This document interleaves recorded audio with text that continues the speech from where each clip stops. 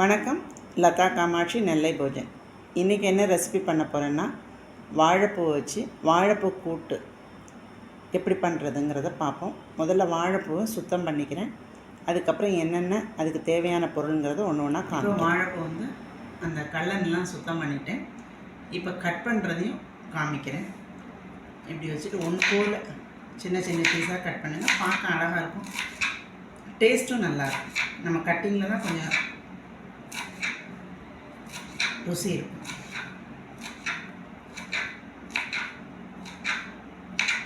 Cut பண்ணிவிட்டு தண்ணிக்குள்ளே போட்டுருங்க. ஒரு ஸ்பூன் மோர் ஊற்றி வச்சுக்கோங்க. மோரோ தயிரோ ஊற்றி வச்சுக்கோங்க. வாழைப்பூ கருக்காமல் இருக்கும்.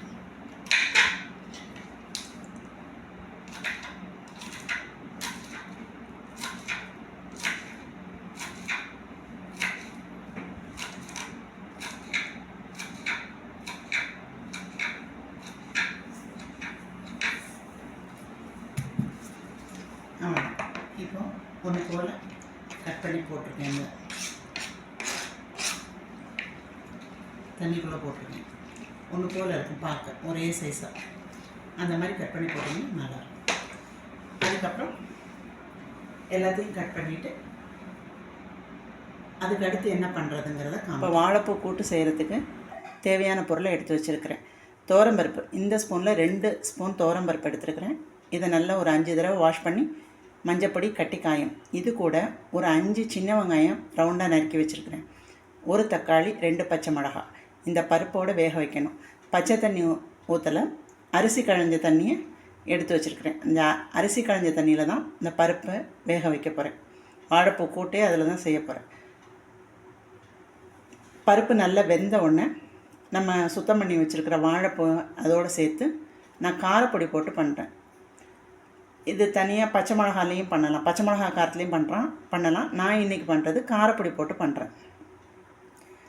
நறுக்கி வச்ச வாழைப்பூ அதில் போட்டு தேங்காய் ஜீரகம் அரைச்சி நெய்யில் ஜீரகத்தை தாளித்து அப்புறம் கடுகு, உளுத்தம்பருப்பு, வெங்காயம் போட்டு தாளித்து ஊற்றினா சுவையான வாழைப்பூ கூட்டு ரெடி. இப்போ பருப்பு அவிய வச்சுட்டு அதுக்கப்புறம் சேர்க்கும்போது காமிக்கிறேன் நான் உங்களுக்கு. இப்போ பருப்பு நல்லா வெந்திருக்கு. பருப்பு நம்ம மஞ்சப்பொடி, கட்டிக்காயும், விளக்கெண்ணெய், வெங்காயம், தக்காளி, பச்சை மிளகாய் எல்லாத்தையும் குக்கரில் வேக வச்சு எடுத்துட்டோம். இப்போ நம்ம சுத்தம் பண்ணி வச்சுருக்கிற வாழைப்பூவை இதில் சேர்க்கலாம்.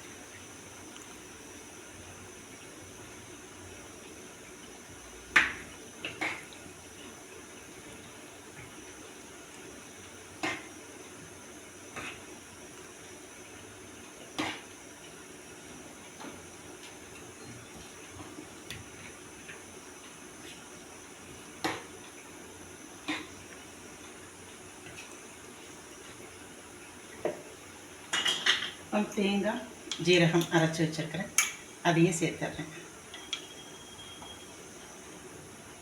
ஒரு 3 டீஸ்பூன் தேங்காய், 1/2 டீஸ்பூன் ஜீரகம்,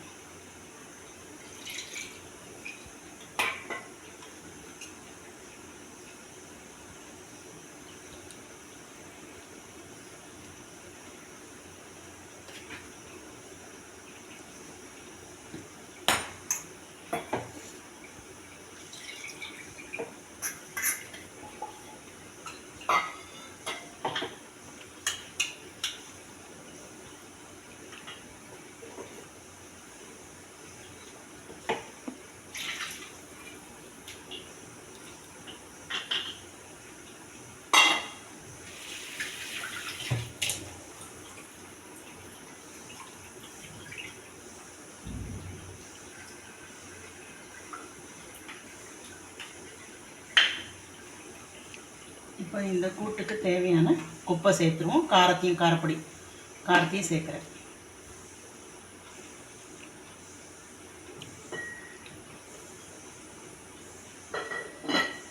இந்த கூட்டுக்கு தேவையான உப்பு சரியாக இருக்கும்.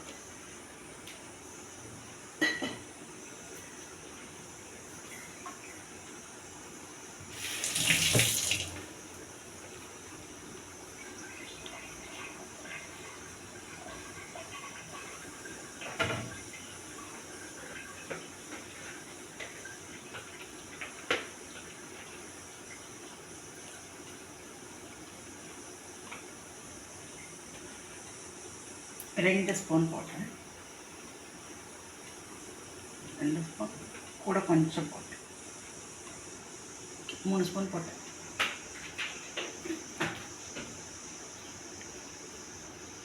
ஏன்னா வேறு காரம் எதுவுமே கிடையாது. பச்சை மிளகா அவ்வளோவா காரமாக இல்லை. இந்த மிளகா காரம் கம்மியாக இருக்கிறதுனால கூட கொஞ்சம் காரப்பொடியை சேர்த்துருக்குறேன். இப்போ இதில் தேங்காய் எல்லாம் அரைச்சி ஊற்றியாச்சு.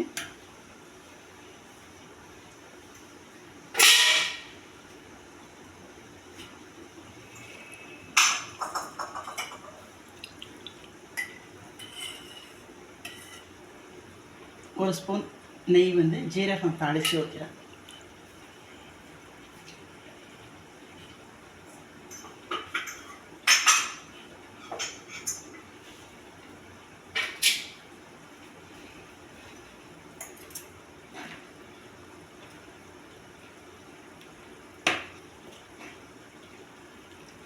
இதில் ரைஸில் போட்டு நல்லா பசஞ்சு சாப்பிட்லாம்.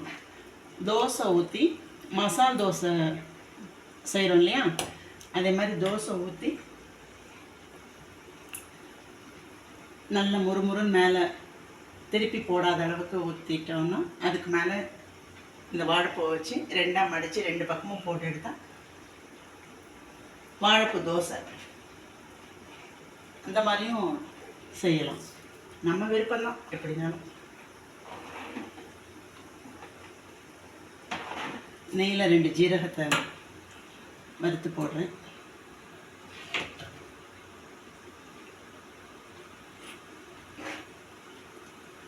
இதை மொத்தம் அப்படியே எடுத்து நல்லா வெந்த பிறகு இந்த கூட்டை மொத்தம் அப்படியே எடுத்து இந்த தோசையில் வச்சு மடித்து வச்சு சாப்பிட்டா வாழைப்பூ தோசை.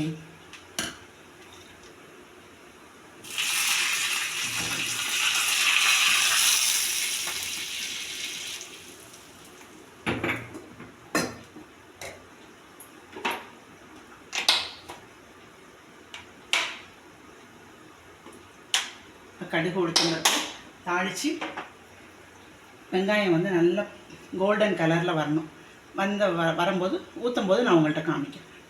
கடுகு உளுத்தம்பருப்பு வெங்காயம் கருவேப்பிலை போட்டு தாளித்து நல்லா பொன்னிறமாக வந்தோடனே தான் இதில் ஊற்றுவேன். அந்த ஊற்றும் போது காமிக்கிறேன். இப்போ வெங்காயம் நல்லா இந்த கலருக்கு நமக்கு வந்துடுச்சு.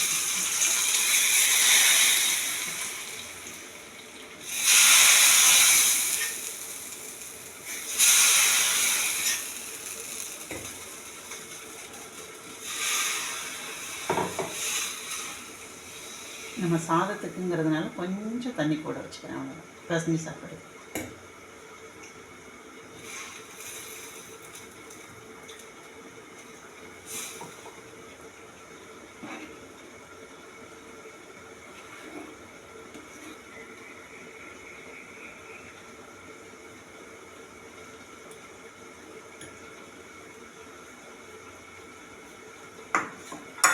அவ்வளோதான்.